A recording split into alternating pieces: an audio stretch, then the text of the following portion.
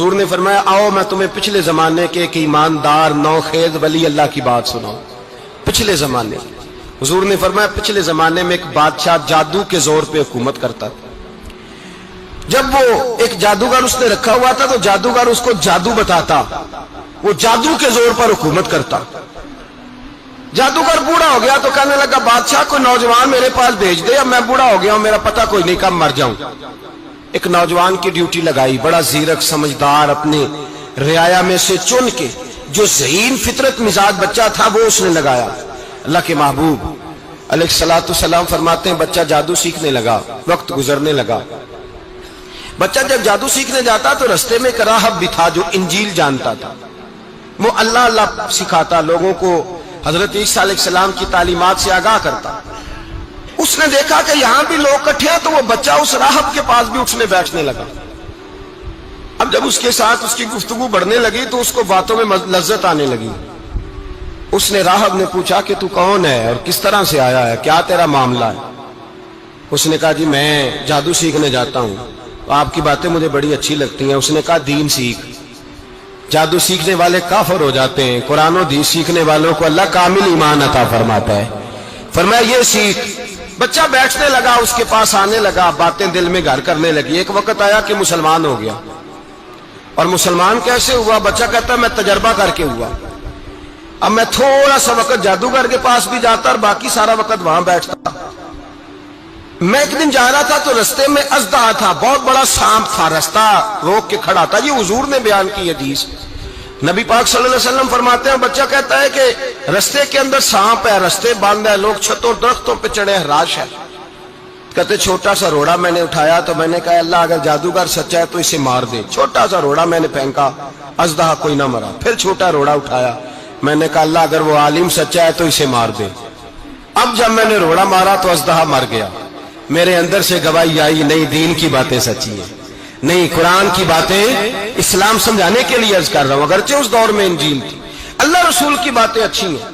کہتے میں مسلمان ہو گیا, اب میں نے راہب کے پاس ہی رہنا شروع کر دیا, جادوگر کے پاس چھوڑ دیا. اس بچے نے آنا. بادشاہ پوچھتا کہاں زیادہ وقت گزارتے ہو, تو وہ بات گول کر دیتا. وقت تیزی سے بڑھنے لگا. اللہ نے اس نوجوان میں طاقت پیدا کر دی. اب وہ اس کے اندر نا اللہ نے توانائی روحانیت پیدا کر دی. ابھی جوان ہے, 14-15 سال عمر ہے. اب جو بیمار بھی آتا وہ دعا کرتا تو اللہ صحت عطا کر دیتا. جو بھی آتا. بادشاہ کا ایک درباری تھا, بادشاہ کو پنکھا جلتا تھا, وہ اندھا ہو گیا. کوئی ایسی تکلیف آئی کہ نابینا ہو گیا. بڑے علاج کرائے, شفا نہیں ہوئی. کسی نے اس بچے کا پتہ بتایا کانوں میں. اس کے پاس گیا تو بچہ کہنے لگا شفا تو ہو جائے گی پر کلمہ پڑھنا پڑے گا, مسلمان ہونا پڑے گا. جس پیغمبر کا میں غلام ہوں تجھے بھی بننا پڑے گا, دین پہ عمل کرنا پڑے گا. اللہ شفا دیتا ہے. اس نے کہا تو مجھے کلمہ پڑھا, مجھے شفا دے, میں تیار ہوں. اس نے کہا شفا تو اللہ دیتا ہے. اس نے اللہ تبارک و تعالیٰ کا ذکر کر کے دعا مانگی. یہ مسلم شریف میں حدیث ہے, طبرانی میں موجود ہے. اللہ نے اسے شفا دی, اس نے کلمہ پڑھنا شروع کر دیا.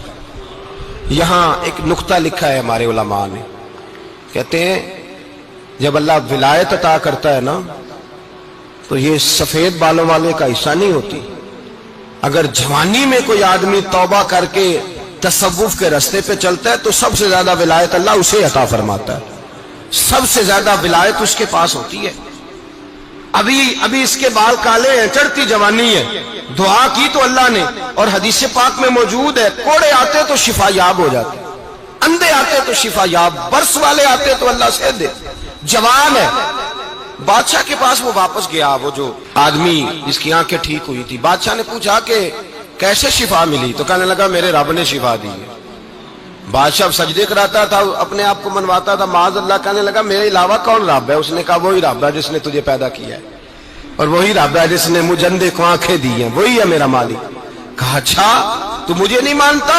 کہا نہیں میں اپنے رب کو مانتا ہوں. بادشاہ نے اسے سزا دی, ستایا.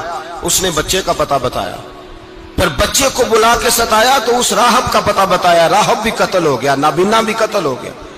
بادشاہ نے کہا سپاہیوں سے اس بچے کو لے جاؤ اور پہاڑ کی چوٹی پہ جا کے نیچے پھینکو تاکہ مر جائے. بچہ پہاڑ کی چوٹی پہ گیا تو ہاتھ اٹھا کے کہنے لگا یا اللہ میرے لیے نہیں اپنے لیے, میرے لیے نہیں اپنے لیے انہیں اپنی قدرت کے جلوے دکھا. میرے لیے نہیں. اللہ کے بندے اپنی جان بچانے کی دعائیں نہیں مانگتے, اپنے لیے.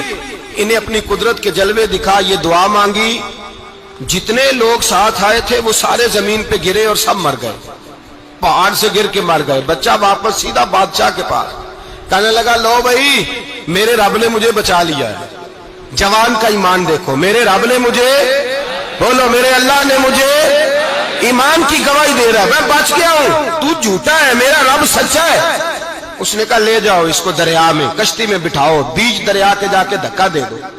بیٹھے کشتی میں, دریا کے بیچ گئے, اور جب جا کے وہاں اس کو دھکا دینے لگے تو اس نے کہا اللہ میرے لیے نہیں اپنے لیے.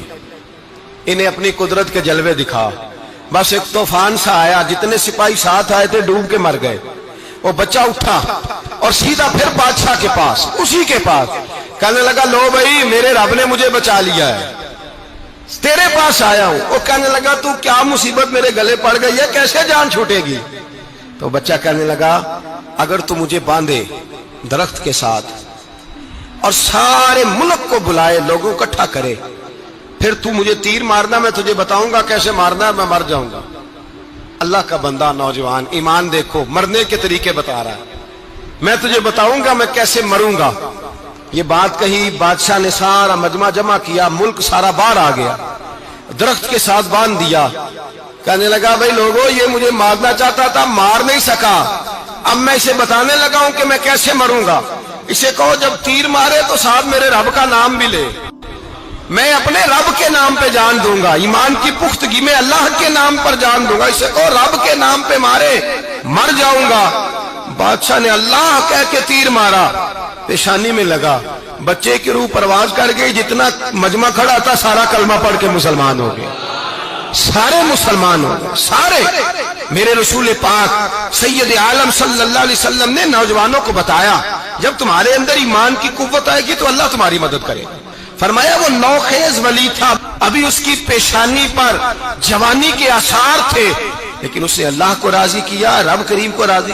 ولایت کا مطلب بڑھاپا نہیں, ولایت کا مطلب وہ نہیں کہ جب بڑا لمبا وقت گزر جائے تو پھر آدمی آئے کہ نہیں اب کیا کرنا ہے, اب مسجد ہی ہے, اب تو اس کے علاوہ گزارا ہی کوئی نہیں.